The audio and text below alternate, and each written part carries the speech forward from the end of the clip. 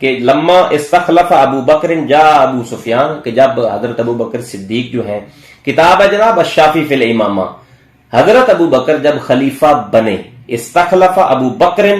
جا ابو سفیان فاستأذن علی علی علیہ السلام، ابو سفیان آیا، اس نے مولا کائنات پاک کی بارگاہ میں حاضری کے لیے اجازت طلب کی، تو مولا کائنات پاک نے اس کو اجازت دی، وقالا ابسط یدک ابایعک، کہ آپ اپنا ہاتھ بڑھائیں میں آپ کی بیعت کرتا ہوں، بیعت خلافت ڈیفینیٹلی۔ فواللہ لأملأها علی ابی فصیل خیلا ورجلا، کہ میں اللہ کی قسم، میں یہ جو علاقہ ہے یہ پیدل سواروں سے اور سواریوں سے اور پیدل لوگوں سے اس علاقے کو بھر دوں گا تاکہ آپ ابو بکر صدیق کے ساتھ جو ہے نا وہ جنگ کریں۔ تو یہ جب خیال جو ہے وہ مولا کائنات پاک نے سنا تو کیا آپ کا ریئیکشن کیا تھا؟ فنزوا عنہ علیہ السلام، تو مولا علی پاک نے اس سے اپنا ہاتھ کھینچ لیا۔ الشافی فی الامامہ جلد نمبر 3 صفحہ نمبر 94 اور 95۔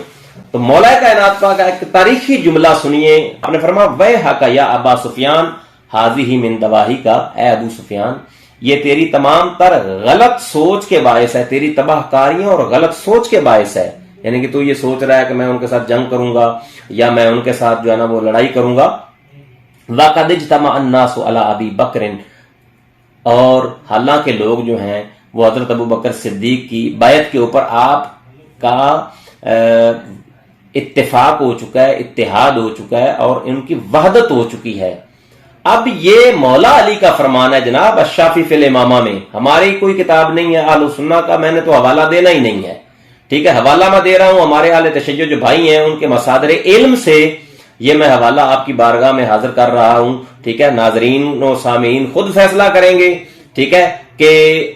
حق ہے کیا اور لوگ بیان جو ہے وہ کس طرح سے کرتے ہیں، ٹھیک ہے۔ یہودیوں کی طرح کچھ چیزیں جو ہے وہ خلط مبس کر دیں، ان کو چھپا لیا، یا جو چیز